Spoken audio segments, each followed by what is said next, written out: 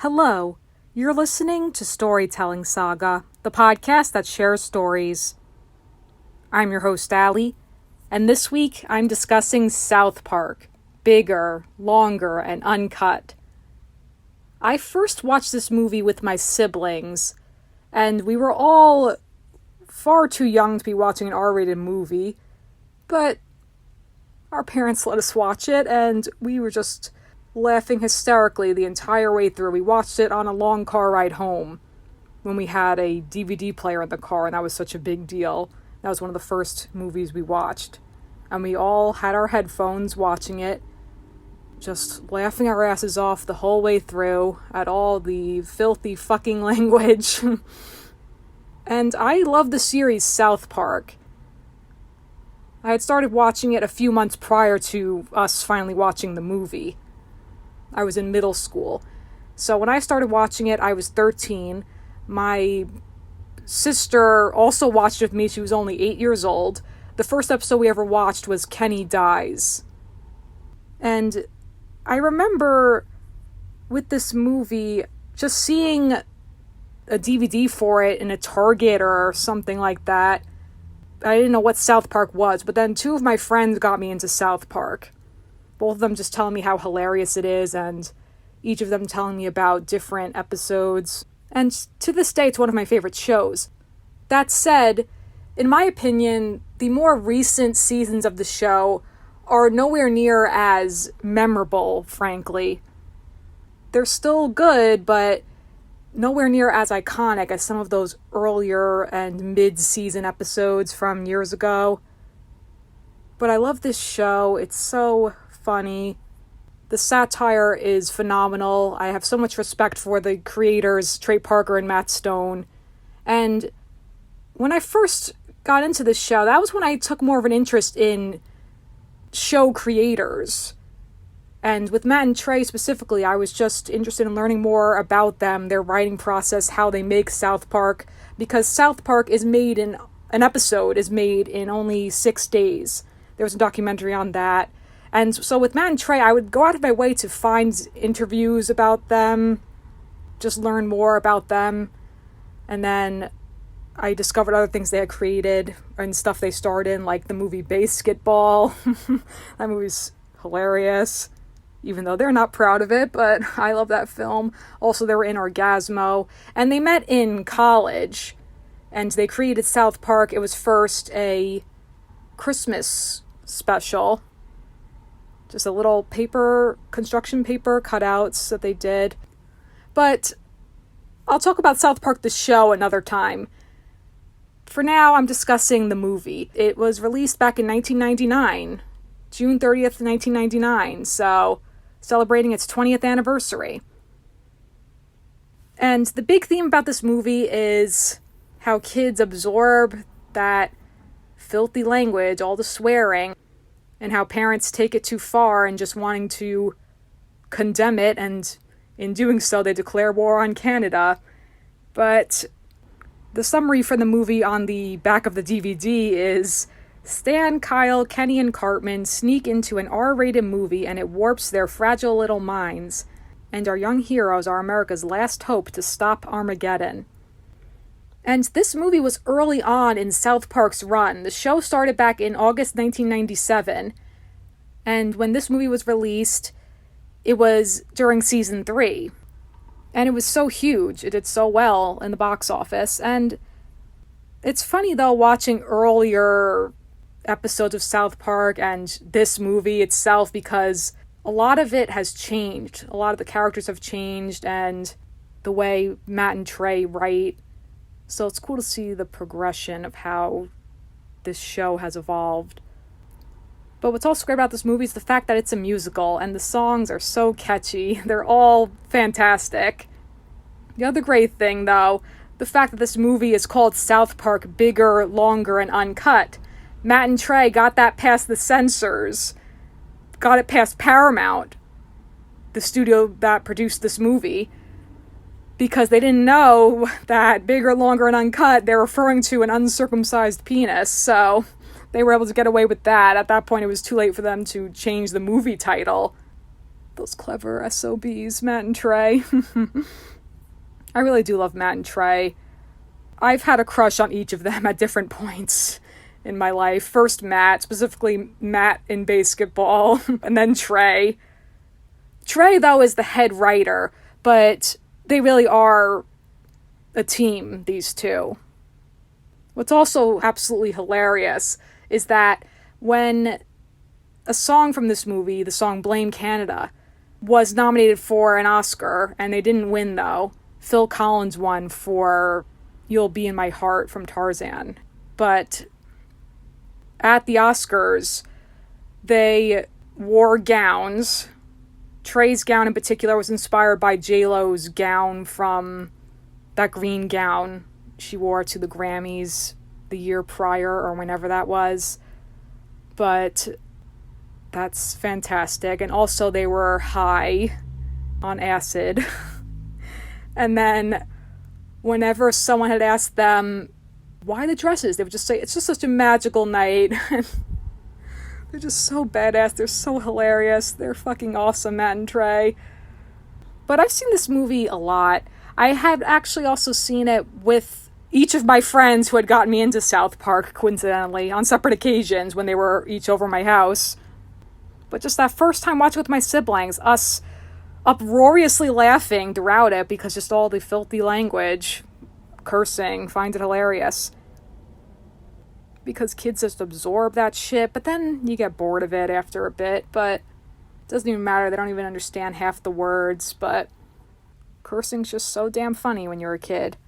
And obviously the kids in South Park, they swear all the time on the show too, but in this movie it's really taken to the next level. And let's dive in now to the plot. It opens with the song Mountain Town, just a typical day in the town. And then they get that homeless person to buy tickets for them because it's an R-rated movie. They want to go see Terrence and Phillip, Asses of Fire. And there's a great meta joke where Cartman referring to Terrence and Phillip, and he says, yeah, but the animation's all crappy. And then they just walk away, and just like the way they walk, all choppy, making fun of their own animation, which is great, but Terrence and Phillip are real in this universe of South Park. They're not animated, they're actual people. But just for the sake of the joke, poking fun at themselves with their crappy animation back in the day, because the very first episode was done with all construction paper cutouts and just that stop motion animation. Same with the first 2 Christmas shorts they had done. And now everything's all digital, and that's why they can do the show so quickly. It really is impressive, because with most animation, it could take up to a year to produce a single episode of 2D animation. But with this show, they get it done in less than a week, and that's how it's able to be so topical week after week. So then when they go to see the movie, of course, we have the song Uncle Fucka. And Trey Parker had said one of his proudest moments was conducting a 96-piece orchestra, whatever it was, just conducting a confused orchestra to the song Uncle Fucka, like having no idea what this song is and just conducting all of those musicians.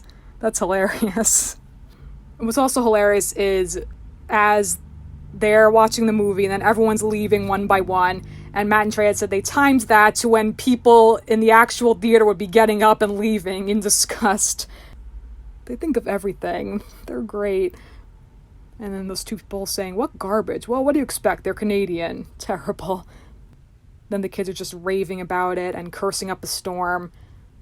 And then we kind of have that Charlie Brown-esque scene with the kids ice skating. And then they're bragging about how they just saw the Terrence and Phillip movie.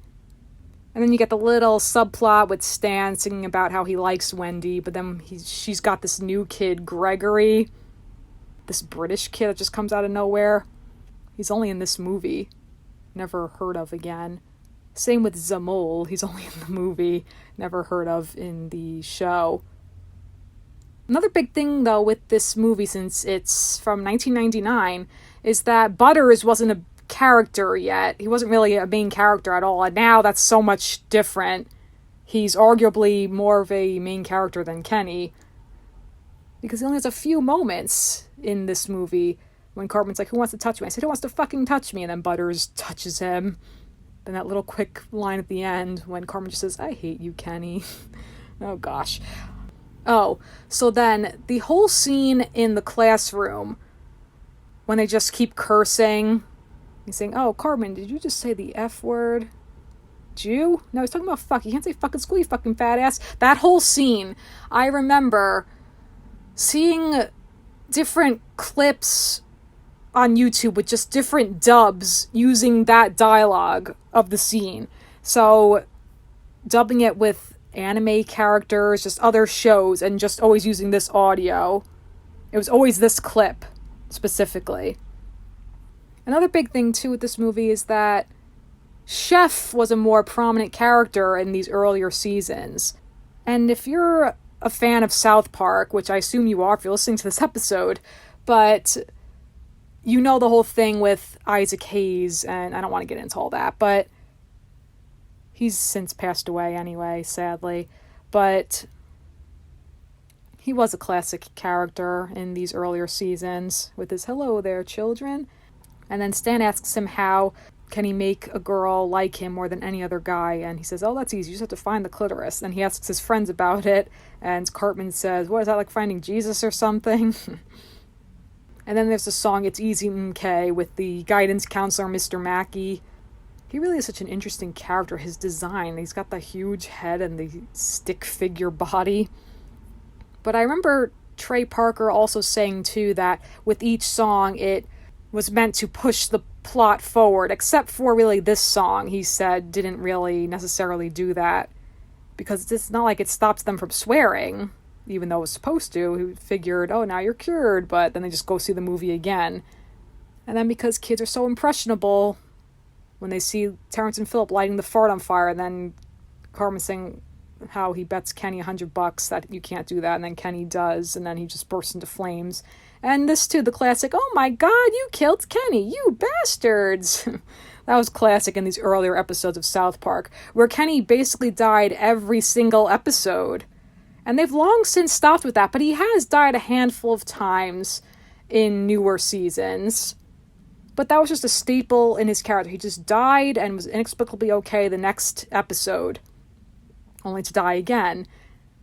And then with that first episode I saw, Kenny dies, that was when they had killed him off and decided to keep him dead, and then they later brought him back the following season. He just showed up unannounced. It's like, yeah, I'm fine. That whole scene they're trying to revive him is great, too. That one guy screaming, and then they open up the microwave, he's like, who's making a potato? And then the doctor says, we accidentally replaced your heart with a baked potato. You have 3 seconds to live. And then poor Kenny dies again. That whole sequence with him in hell is great, too. The fact that there's only 1,656 people in heaven and then 923 billion and counting in hell. Apparently this whole hell sequence was one of the most expensive shots. It's CGI with the fire and everything. And it looks great, though. Very epic looking. And then, meanwhile, the parents are rounding up, saying they have to blame Canada. That great song. The song that was nominated for an Oscar. And then the Canadians bomb the Baldwins, and then America declares war on Canada, and that they're going to execute Terrence and Phillip. Because that's how you resolve anything. Just mass violence and murder. Another great line, though, from Mr. Garrison, when he's saying, your mothers are probably just all on their periods or something, and then Gregory says how he and Wendy think that is a sexist statement, and Mr. Garrison says, well, I'm sorry, Wendy, but I just don't trust anything that bleeds for 5 days and doesn't die. Except the irony is that then he goes through a sex change operation in season 9, only to eventually be turned back into a man, but for a while he was a woman. He was Mrs. Garrison. What an arc. And now, as we know, he's the president. And then the whole subplot with Kenny in hell, and how he meets Satan. And Satan's a great character. He's not so bad at all, Satan. He's got a good heart. Satan, King of Darkness. But then in this movie, he's in an abusive relationship with Saddam Hussein. And apparently, in real life, when Saddam Hussein was in prison, they forced him to watch this movie repeatedly. And then there's the song, Kyle's Mom's a Bitch. Terrible. The funniest line to me in that song is she has stupid hair. She gosh, just to throw that in. But that song was actually first in the season 1 Christmas episode. And I do also have the South Park Bigger, Longer, and Uncut soundtrack in my extremely dated CD collection. And then Cartman gets the V-chip implanted into his head, where anytime he swears, he gets an electric shock. And Cartman, this is pre-Scott Tenorman Must Die, before Cartman became this absolute sadistic, evil mastermind. Prior to that, he was just kind of a punching bag for fat kid jokes. And he was still a little asshole, but obnoxious and selfish and a spoiled brat. But now he is a straight up psychopath. Even Trey's delivery, because Trey voices most of the characters. It's sort of evenly split between him and Matt, but he voices the majority for sure. He voices Stan and Cartman, Randy, so many characters, Mr. Garrison, Mr. Mackey. In this movie also Gregory and the Mole, while Matt voices Kyle, Kenny, he voices Butters. In this movie, he voices Saddam Hussein. Oh, and Trey voices Satan. And that was always interesting to me, too, seeing how they speed up the voices, obviously. They pitch up the voices for the boys. And for Satan, they pitch it down. And they're both great singers, but I would say Trey is a bit better, in my opinion. Trey's a really great singer. Oh, and Trey voices Philip, and Matt voices Terrence. And Terrence and Philip have had their fair share of episodes throughout the series as well. Haven't been in episodes recently, but they've shown up here and there. But anyway, then we get the song, What Would Brian Boitano Do? That song's great. Another one of my favorites. And Brian Boitano is an Olympic figure skater. It's just so random. Why did they choose Brian Boitano? But that's cool. It's just such a random name to throw in there. So they each kind of have their own motives, Stan, Kyle, and Cartman. Stan wants to impress Wendy. Kyle just wants his mom to stop fighting everyone and to deal with him. And Cartman wants the V-chip taken out. So then they form La Resistance. And there's also the ballad Up There, where Satan just wants to be up there on Earth, dreaming of a better life for himself. That's a nice song. Satan's a real sensitive character. It kind of has that Disney-esque feeling to it, with Ariel from The Little Mermaid, just how she wants to be part of that world looking up. So it's a similarity there with Satan wanting to be up there. And then we get the song. So then they are rallying together, the kids, to save Terrence and Philip and put a stop to this war. And there's the song La Resistance with Gregory leading it. And that kid is a little fucking douche. Fuck that kid. He's a good singer, though. I'll give him that. That song is nice because it's a medley. Blame Canada again and Shut Your Fucking Face, Uncle Fucka, just all of them. Tomorrow night, all of them singing. Up there again. And then it ends with Butters tripping, holding La Resistance. Another little moment with Butters. Butters is one of those characters that I sort of hated him for a while, to be honest. So what's funny is that my favorite character in this show has shifted over the years. First, it was Kenny for the longest time. And the reason was basically because I liked the mystery behind him, the fact that he always talks muffled, since he wears the parka, so his speech is always muffled. And I would look up online scripts or just transcripts of the episodes to see what he would be saying, and his dialogue is always filthy. He curses a lot, and they get away with it because it's muffled, because you can't fully understand it.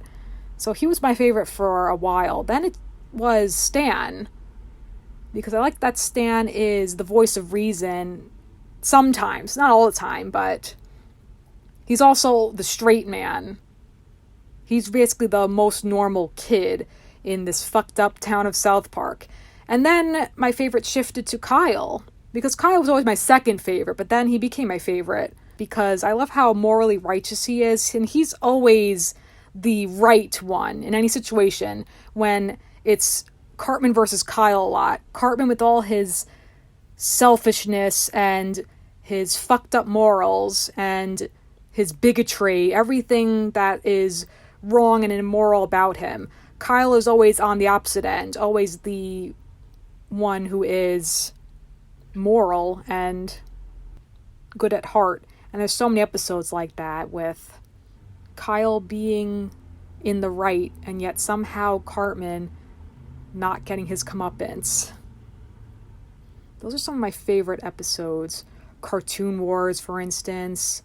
Imagination Land. Imagination Land, speaking of that was actually at one point in time going to be another South Park movie. But then Matt and Trey, just running out of ideas, if they figured to just do that episode, and then they made it a 3-parter. That's still one of my favorites. That trilogy. It's fantastic. It's so hilarious, and it's got an interesting message. I'll have to cover that one eventually. But also another great Cartman vs. Kyle episode is Le Petit Tourette, the Tourette's episode. There's so many. But back to the movie. Kyle puts Ike in the attic so that Ike won't be taken away to a concentration camp. Like it's the Holocaust, but it's for Canadians now, since they're at war with Canada. Matt and Trey just love poking fun at Canada. So many episodes making fun of Canada as well. And Kyle was mean to his brother in earlier seasons, because even in this movie too, with his kick the baby. He did that in the very first episode too. Cartman gets an anal probe. But he's protective of his brother. He's a good older sibling to him, especially now in the newer seasons. And then a big character in this movie is the mole, Christophe. He's just this little French kid with his cigarette, and he's going to help them save Terrence and Philip. And there's that super crazy line where he says, "Was my mother careful when she stabbed me in the heart with a clothes hanger when I was still in the womb?" Then he just digs underneath the ground, and then Stan just says, "Damn, dude, that kid is fucked up." He really is. He sure is fucked up.